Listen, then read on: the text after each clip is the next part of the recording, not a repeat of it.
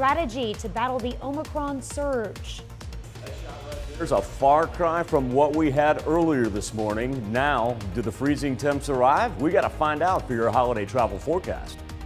Also, we head to Antarctica, where a group of athletes give new meaning to the phrase extreme sports. The 4 states' most watched news starts now.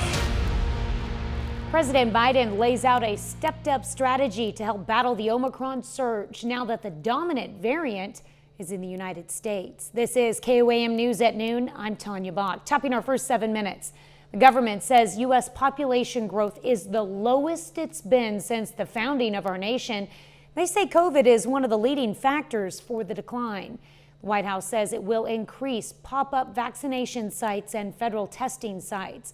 The government plans to purchase 500 million at-home rapid tests to send to Americans for free, and it will deploy additional troops to help overwhelmed hospitals.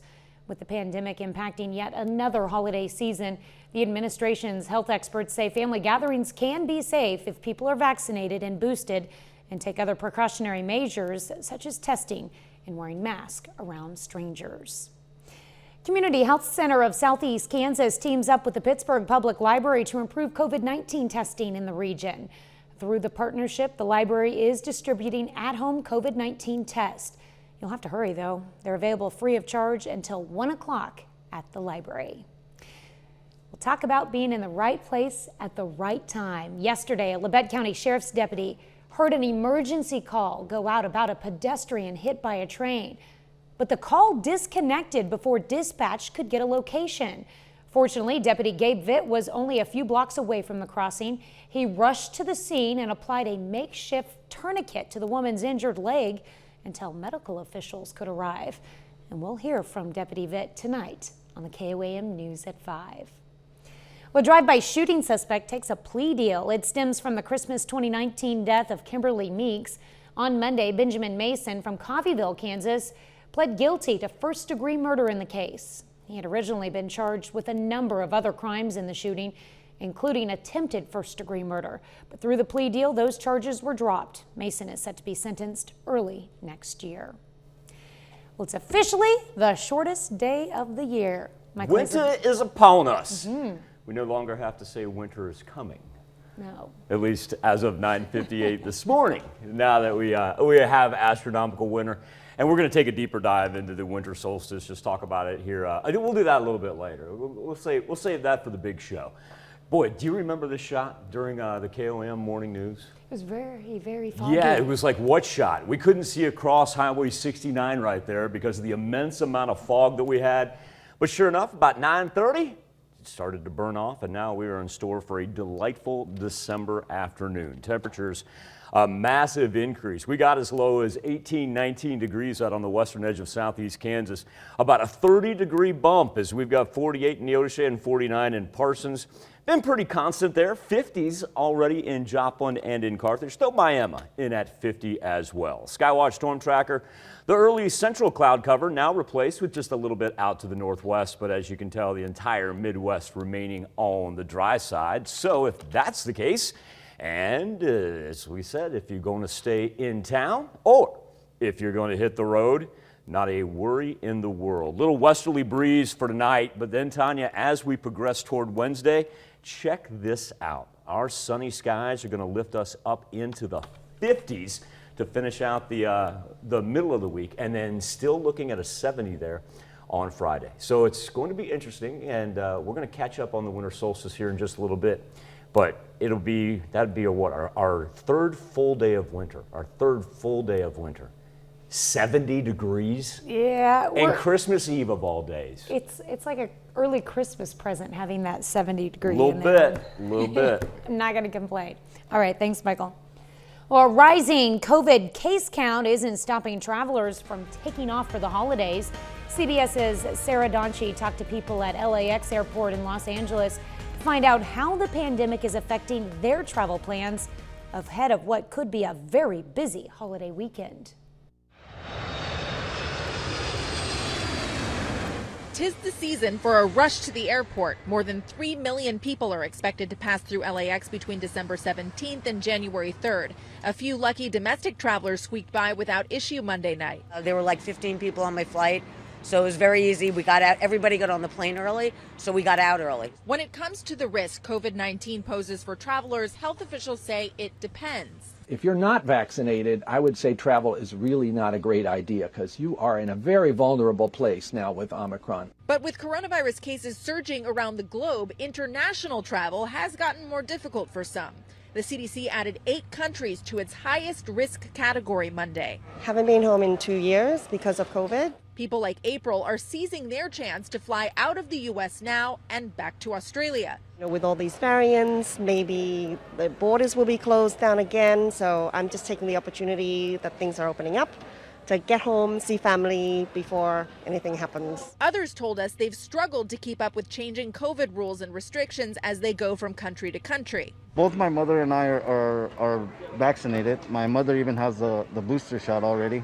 So we're like good on that side. It's just, the rules changes, making sure that we know like when to COVID test upon our return. We were queuing up for like four and a half hours to get our COVID tests. And then those results didn't come in on time, and then we had to line up at another place to pay like something absurd, like $350 for a COVID test. On top of changing guidelines, cancellations and delays have made the holiday week a difficult one for some trying to catch flights out of Los Angeles. They didn't tell me anything. They just said it's delayed, so they have to put me on the next flight, and this disrupt my connecting flight over there. The TSA saw its busiest day at LAX on Friday since early 2020, signaling the start of what could be a chaotic holiday week, marking the end of what has been a chaotic year for so many. And that's a look at today's top stories and weather in our first 7 minutes. Up next on KOAM News at noon, like to run in the cold? Well, these brave souls do. We take you to Antarctica for the annual Ice Marathon. And later, we're making a slow roasted beef tenderloin in the Mr. Food Test Kitchen. It might be the most extreme marathon on the planet. Runners from around the world brave the cold to run in the Antarctica Ice Marathon. CBS's Ian Lee reports. If you looked up hardcore in the dictionary, don't be surprised if you see one of these runners. 62 people from 18 countries competed in a grueling, freezing, relentless marathon in Antarctica. Summed up, That was brutal. the race began just a few hundred miles from the South Pole. Runners trekked over soft snow in temperatures near zero. Here, participation trophies actually mean something. It was never going to be easy coming to the coldest, windiest, highest and driest continent on the planet, but as much as it was brutal, it's also majestic. It's so beautiful. But this frozen wonderland is disappearing. Higher temperatures are melting the continent's ice. There's very little that we can do as humans to stop that process. All we can do is cut our carbon emissions as quickly as possible and reverse some of the changes we've seen due to climate change. Meaning someday, the world's southernmost marathon might not be such a brutal badge of honor. The consequence is that there's more ice getting into the ocean and sea levels are rising. USA! Scientists warn we can't outrun the effects of climate change and need to take serious action to help the planet cool down. Ian Lee, CBS News.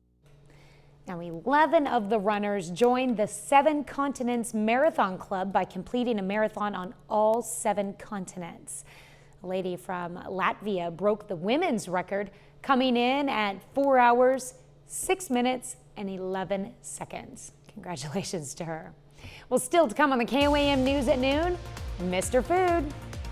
Today, we're making a fancy-looking main dish that promises to be the star of your holiday table. But first, Michael Hayslip returns with your complete forecast. 'Tis indeed time to talk about our first day of winter 2021. But all things considered, it's going to be a long time before we actually talk about it feeling like winter. Already around 50 degrees today, eclipsing our average high. As a matter of fact, first 20 days of the month, our average high about 10 degrees warmer than what we'd anticipate leading up to the winter solstice. Has been a little bit of a dry month though. We're about an inch inch to an inch and a tenth off of where we would normally be at the first 20 days of December. But interestingly enough, even if you take that away, that annual total, just 3/10 off of our historic norms. Mother Nature absolutely amazing that way. Now, with the way the first week of winter is going to go, if he were out and about, he'd melt by now. If not, trust me, he'd be gone by the time we got to Christmas Eve. But it is the astronomical winter that is now underway, as it began with the solstice at 9:58 this morning, and that's when the northern portion of the Earth, the northern hemisphere, is tilted max away from the sun, and that means it results in our shortest amount of day length. At Joplin Regional Airport, we're only going to have 9 hours, 56 minutes, and 50 seconds, with sunrise or sunset coming as early as 5:04 today. But remember, beginning tomorrow, incrementally, those days begin to get just a little bit longer. And who can complain when you've got just light cloud cover, beautiful blue skies, and temperatures now sitting at 50 degrees. We have seen a little pickup of the wind working in from the west-southwest. But because of that direction, warmer temps as well. Let's roll 49 in Parsons. Good friend Mike down in Goodman checking in, let me know it was 50, mostly sunny skies. And we'll run that line of 50s right there from Grove, Bebop up to Miami, run Joplin and throw Carthage in as well. So even if you work from north to south, certainly not a wide variety of temperatures, and anywhere from about a 30 to 34 degree warm up from what we had this morning. It is going to come in probably about 10 to 15 miles per hour today.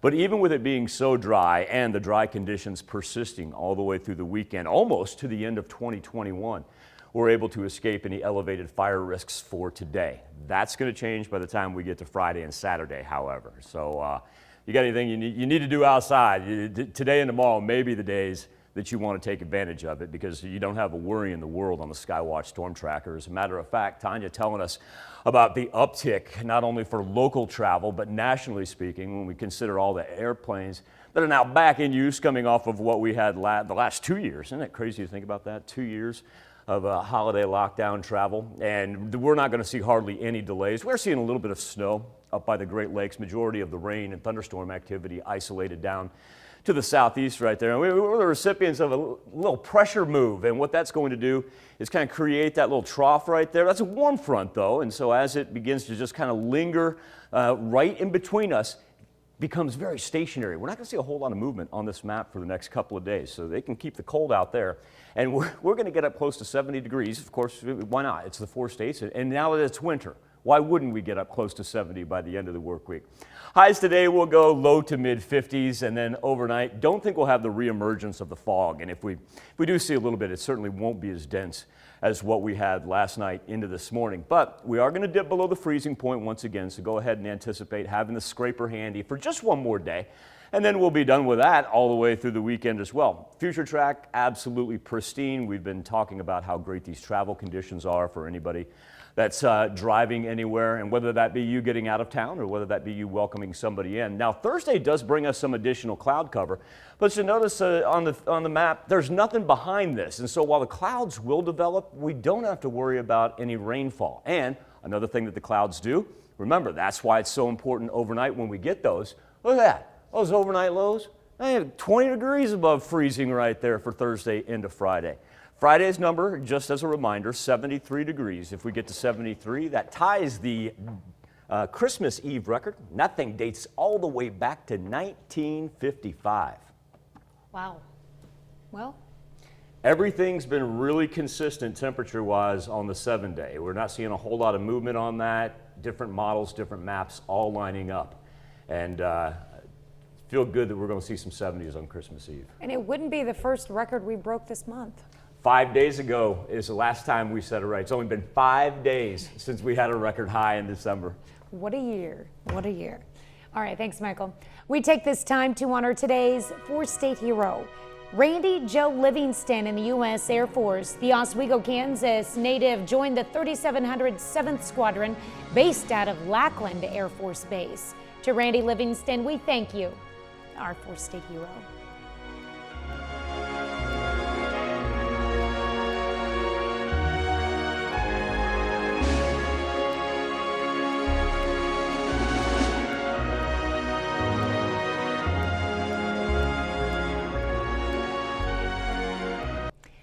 If you're looking for a holiday main dish that looks as good as it tastes, look no further. Today, Howard shows us a beef dish that's both fancy looking and mouth-watering good. We're making a slow roasted beef tenderloin in the Mr. Food Test Kitchen. With Christmas just days away, if you haven't decided what to serve, it's time to get serious. My suggestion, if you want to go all out, serve beef tenderloin. It's easy, it'll melt in your mouth, and it goes with anything from your favorite potato casserole to an oversized pan of lasagna. This is a whole beef tenderloin. You can buy it like this, which is considered trimmed. It's a little bit more expensive than buying it untrimmed, but this way, there is no waste. Now, depending on how many people you're expecting, you can roast the whole thing or use half and freeze the rest like we're doing today. Either way, we season it with some kosher salt, garlic powder, and freshly ground pepper, and sear it in a skillet or a grill pan to seal in the juices before finishing it off in the oven. And while it roasts, we'll whip up a flavor-packed mushroom sauce to serve over it. And when you bring this to the table and ladle on the savory sauce, all eyes will be focused on how juicy it is. As a matter of fact, I can't think of a better Christmas present for your taste buds than this. To get the recipe for our slow roasted beef tenderloin, along with the mushroom sauce, all you have to do is visit our website. I'm Howard in the Mr. Food Test Kitchen, where today we found a fancy holiday way for you to say, ooh, it's so good. You can find this recipe along with a lot more good food from the Mr. Food Test Kitchen online. Just go to our website at koamnewsnow.com. Here's a look at our 4-state market prices.